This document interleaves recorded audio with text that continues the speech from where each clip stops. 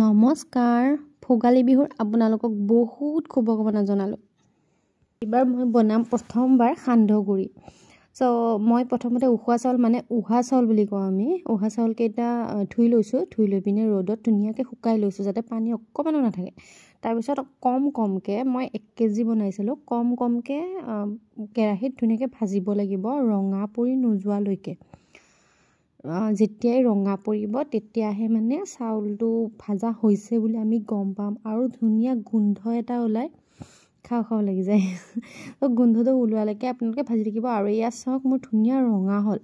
তাৰপিছতে এখন কাঁহী বা বাতি যিয়ে হওক সুবিধা অনুযায়ী তাত উলিয়াই ল'ব, উলিয়াই লৈ কিনে মিক্সাৰ গ্ৰাইণ্ডাৰত মানে মাৰি দিব আৰু।